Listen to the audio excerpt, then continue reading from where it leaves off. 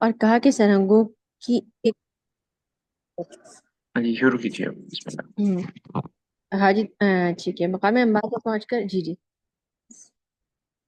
مقام انبار پر پہنچ کر ہارون الرشید نے ایک روز رات کے وقت اپنے حاجب مسرور کو بلوایا اور کہا کہ سرہنگوں کی ایک قابل اعتماد جماعت کو لے کر اسی وقت جعفر کے خیمے میں جاؤ اور اس کو خیمے کے دروازے پر طلب کر کے اس کا سر اتار لاؤ۔ مسرور اس حکم کو سن کر سہم گیا، مگر ہارون نے سختی سے کہا کہ میرے اس حکم کی فوراً بلا توقف تعمیل ہونی چاہیے۔ مسرور اسی وقت رخصت ہوا اور اب جعفر کے خیمے میں جا کر اس کا سر اتار لایا۔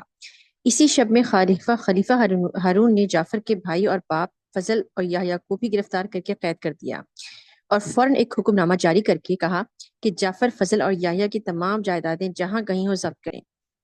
اس کے بعد برامکہ خاندان کے ہر ایک متنفس کو گرفتار اور قید کر لیا گیا۔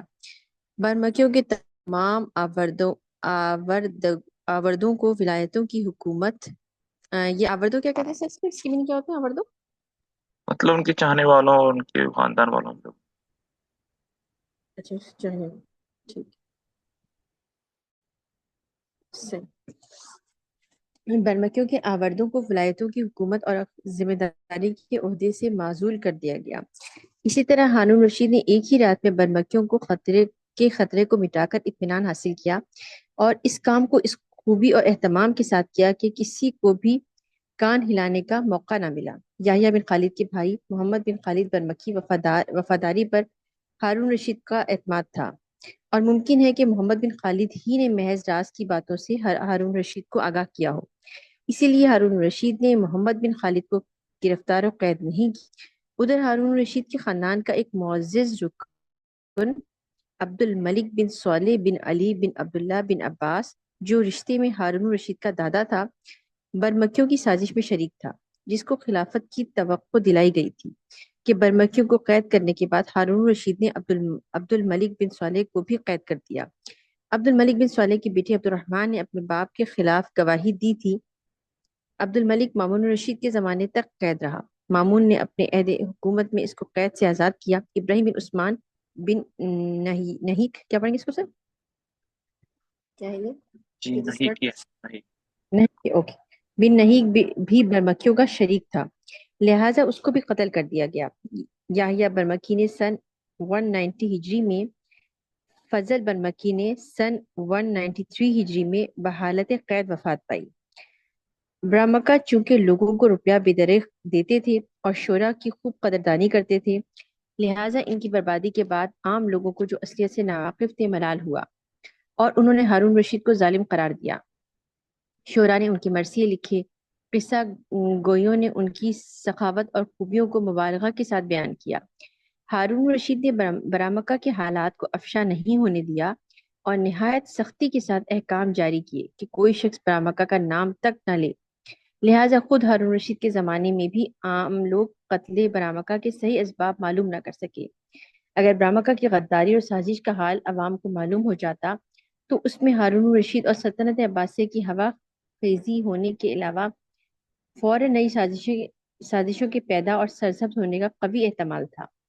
ہارون رشید کی یہ بھی کمال ہے کہ کمال کی دور اندیشی تھی کہ اس نے برامکہ کے متعلق کوئی بیان شائع نہیں کیا۔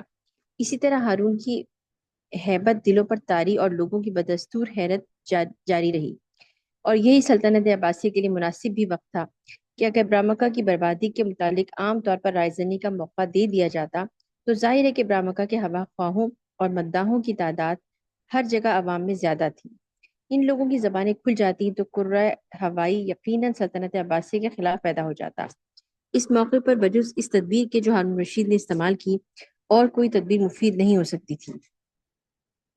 برامکہ چونکہ محبت اہل بیت اور خیر خواہ آل ابی طالب ہونے کا دعویٰ کرتے تھے، لہٰذا ان کے قتل و تباہی کو آل ابی طالب نے اپنا نقصان و ضیاع محسوس کیا، اور آج تک بھی شیعان علی اور شیعان حسین برامکہ کی قتل و تباہی پر نوحہ زنی کرتے ہوئے پائے جاتے ہیں، اور ان کی علم دوستی و عالم پروری بڑے مبالغہ اور رنگ آمیزی کے ساتھ بیان کی جاتی ہے، حالانکہ اس میں مجوسی اور نسل خاندان نے دین اسلام اور ملت اسلامیہ کی غیر معمولی اور اہم خدمات انجام نہیں دیں۔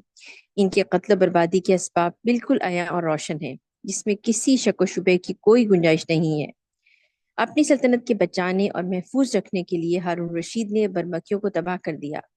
جس طرح ہر ایک بادشاہ اپنی بادشاہت کے بچانے کے لیے دشمنوں کو برباد کر دیا کرتا ہے، اس نے جہاں برمکہ کو قید کیا تھا اپنے دادا کو بھی قید کر دیا، کیونکہ اس کا جرم بھی اسی قسم کا تھا۔ ایسی صاف بات میں دور دراز کار اور بے سروپا باتوں کو شامل کرنے کی مطلق ضرورت نہیں۔ عہد ہارون کے بقیہ حالات۔ عہد ہارون رشید کے حالات اور قابل ذکر واقعات بیان کرتے ہوئے ہم سن 187 ہجری تک پہنچ گئے ہیں۔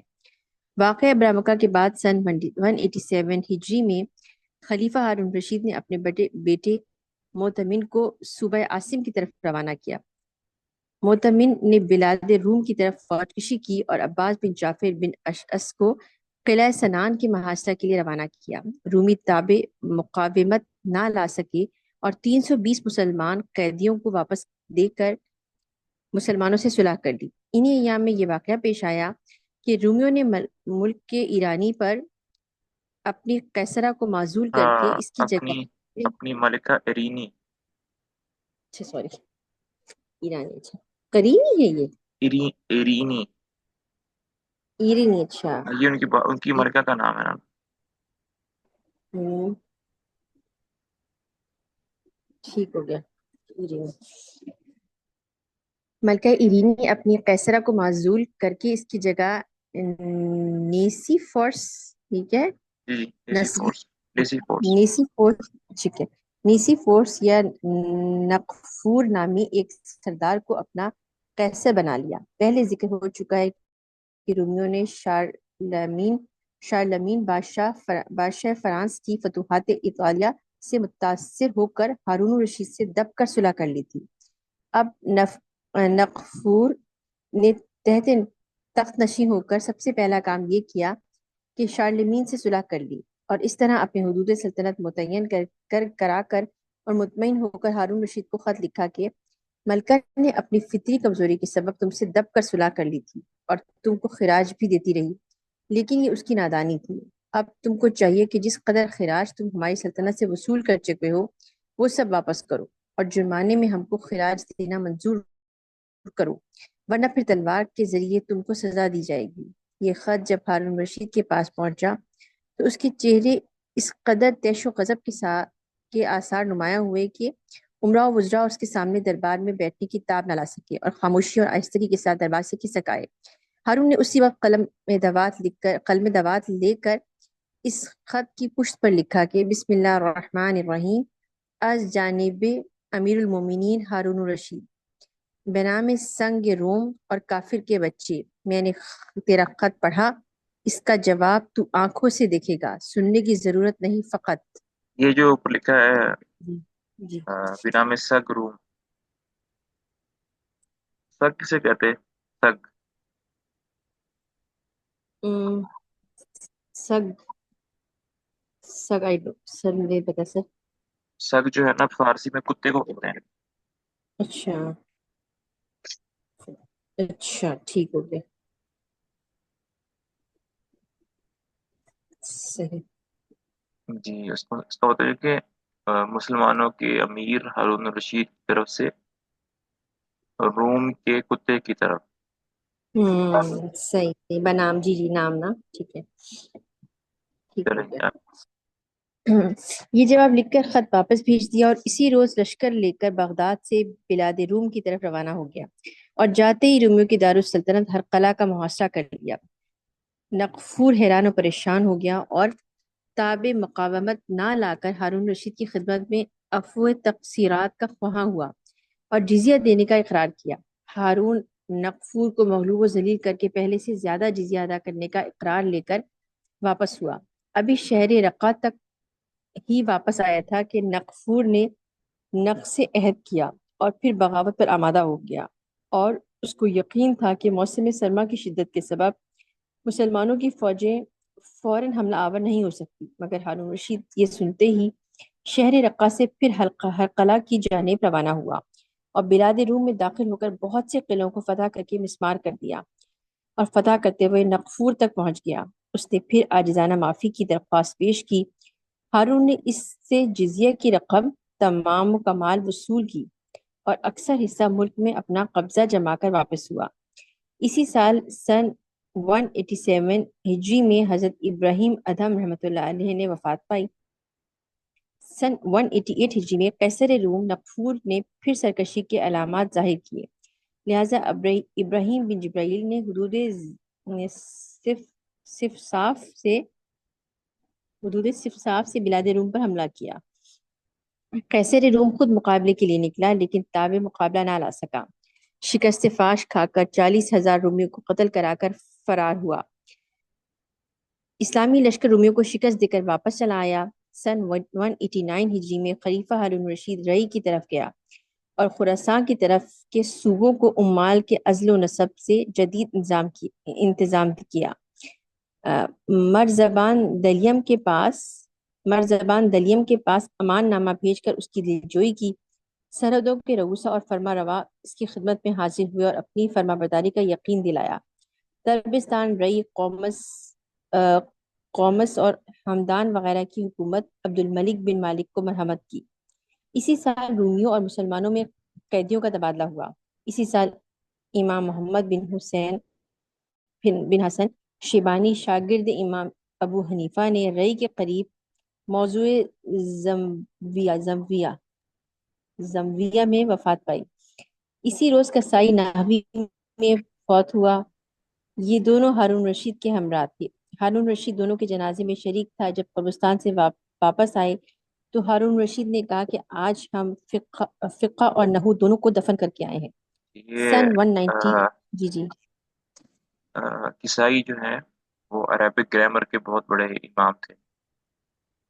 اچھا نحو جو ہے، نحو عربک گرامر کو کہتے ہیں۔ جی جی سر بالکل۔ کسائی تھے اور ایک سیبوے، ان کا ذکر پہلے جو گزر چکا ہے۔ اچھا سر، کسائی یہ عیسائی ہوئے حضرت امام ابو حنیفہ کے جو شاگرد، یہ تو نہیں ہوئے نا؟ نہیں، اوپر ہے نا امام محمد۔ جی اچھا اچھا صحیح صحیح صحیح۔ امام محمد یہ چیف آف جسٹس تھے ہارون الرشید کے۔ اچھا ہاں، اور یہ کسائی جو ہیں یہ گرامر کے بہت بڑے امام تھے۔ چلیں جی، یہاں تک صحیح، پڑھیں گے بس۔ ٹھیک ہے سر۔ السلام علیکم۔